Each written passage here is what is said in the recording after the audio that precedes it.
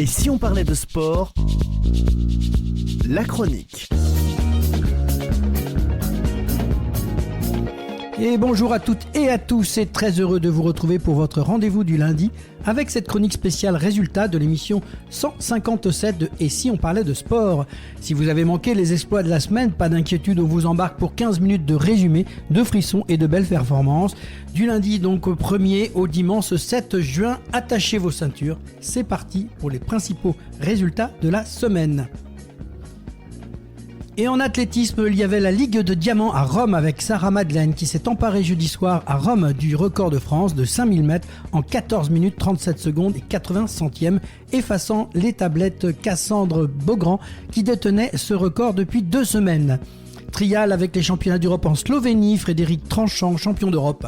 Le champion du monde en titre assume son statut et décroche l'or après une course magistrale sur 52 km. Un immense bonheur complété par la magnifique 3e place d'Antoine Charvolin qui s'offre un superbe podium. Gymnastique avec les championnats de France de gymnastique artistique élite qui se déroulaient à Mulhouse. En senior femme, championne de France Elena Colas du club de Beaumont de Véron. 2e Mayana Pratt du club athlétique de Mérignac. 3e Lola Chassa du club de Cournon d'Auvergne. Senior homme, champion de France, Leroy Traor Malâtre du club de Gym Agresse Vélizy. 2e Kevin Carvalho du club de Monceau Gym. Et 3e Alphonse Burbaille du club Les Enfants de la Dordogne. En natation avec un meeting d'Austin aux États-Unis avant de revenir en France pour se préparer pour les championnats de France et d'Europe, Léon Marchand a remporté dans la nuit de vendredi à samedi le 400 mètres 4 fois nage. Le jeune nageur français Raphaël Finte-Damer, 19 ans, termine lui 4e du 200 mètres. En escalade, Coupe du Monde à Prague, République tchèque, nouveau podium cette saison pour Medji Chlak qui décroche le bronze.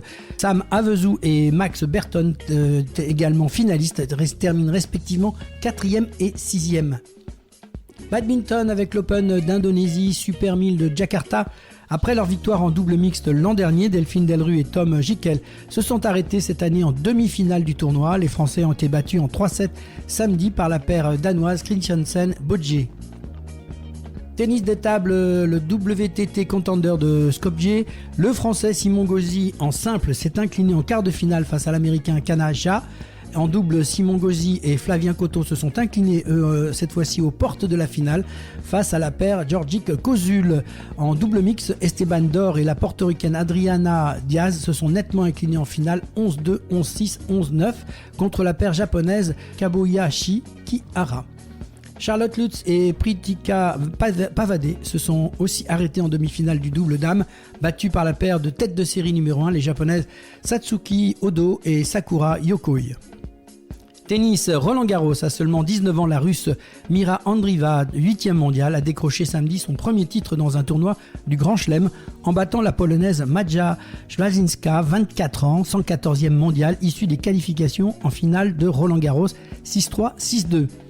La jeune française Ksenia Chasteau, 20 ans, qui disputait sa première finale de Grand Chelem en tennis fauteuil samedi, s'est nettement inclinée 6-1, 6-0 face à la néerlandaise Diede de Groot. Cette dernière remporte son 24e Grand Chelem.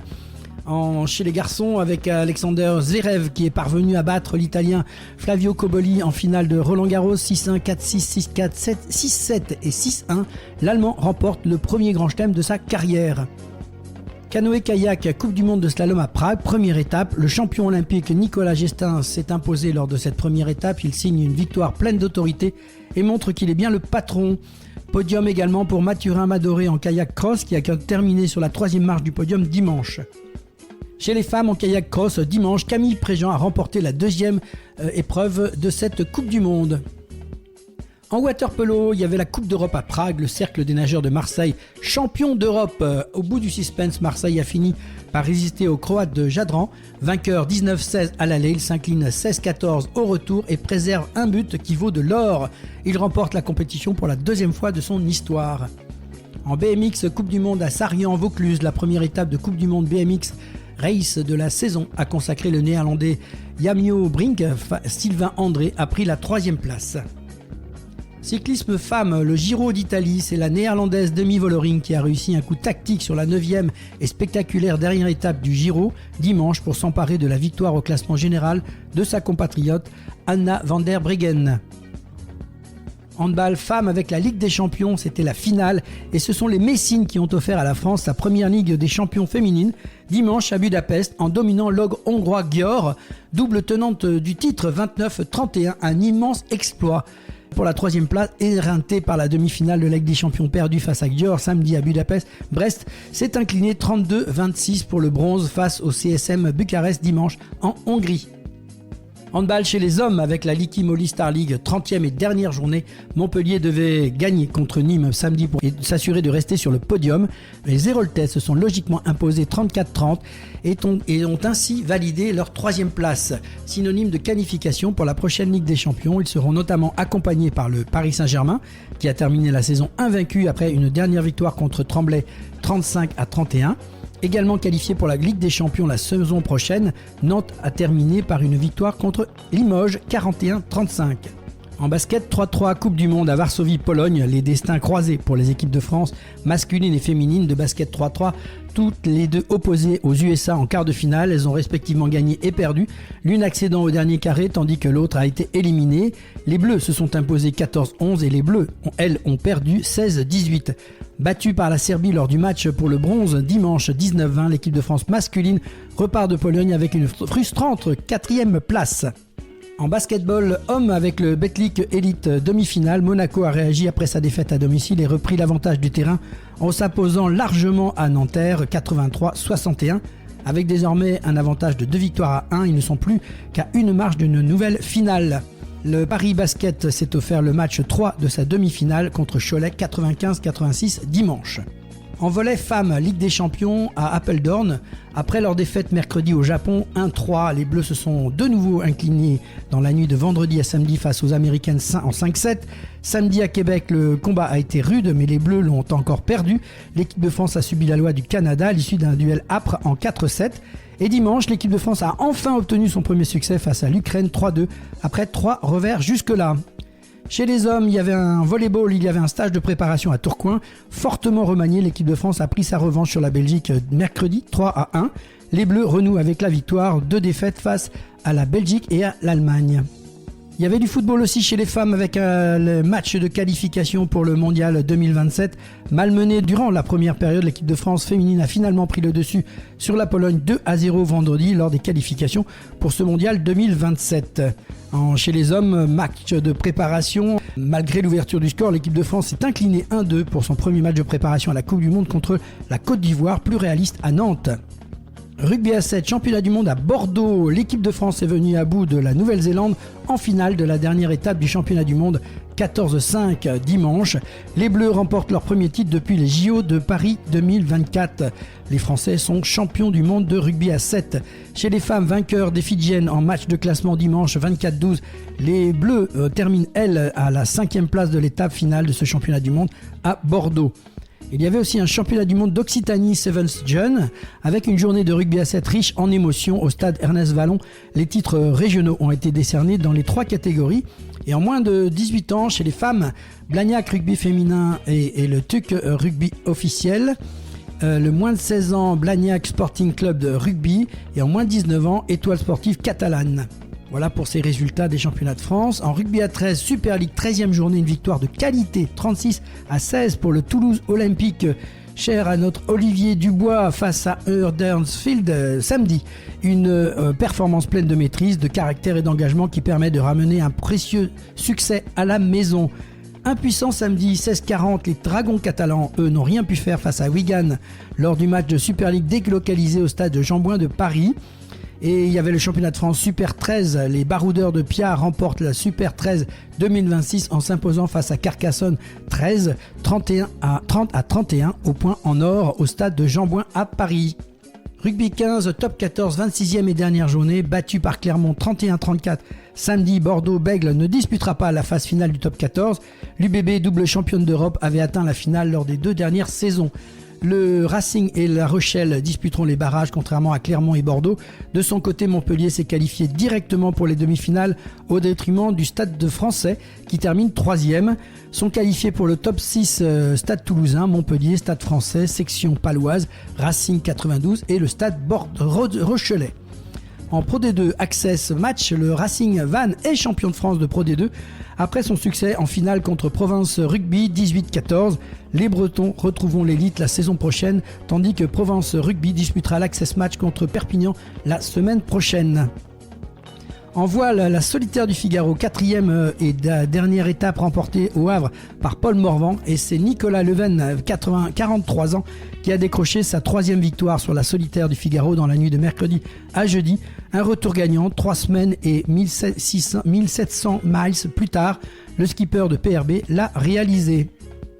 En MotoGP, c'était le Grand Prix de Hongrie. Marc Marquez a remporté le sprint samedi. Le pilote Ducati a pris le meilleur sur Pedro Acosta KTM et Marco Bezzecchi sur Aprilia, qui prend de bons points au championnat.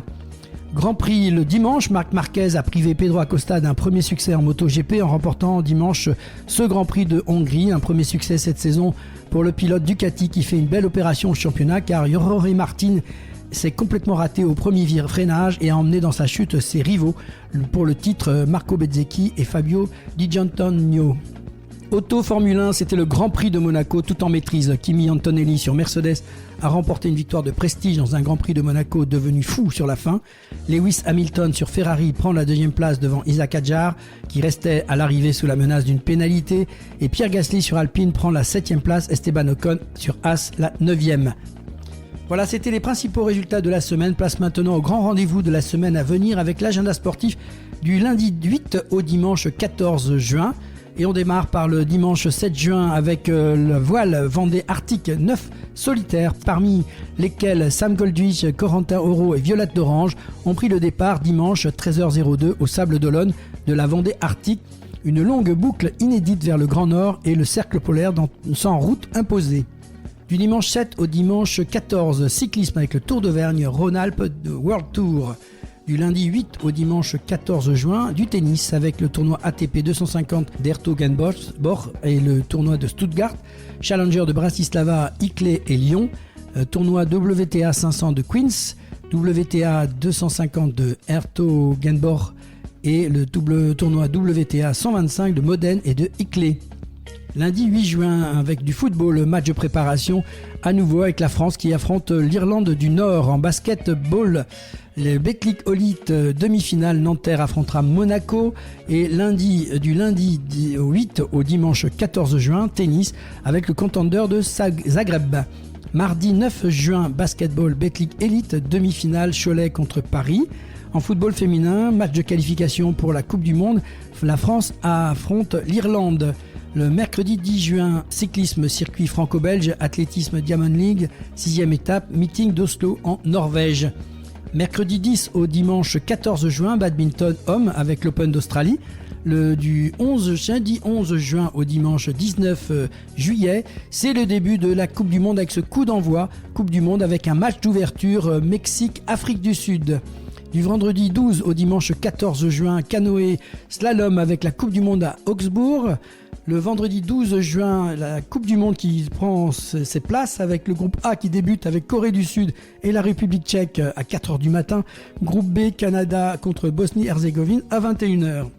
Du samedi 13 au dimanche 14 juin, athlétisme avec le circuit national meeting Nikaya de Nice. Auto Formule 1 Grand Prix de Catalogne en Espagne.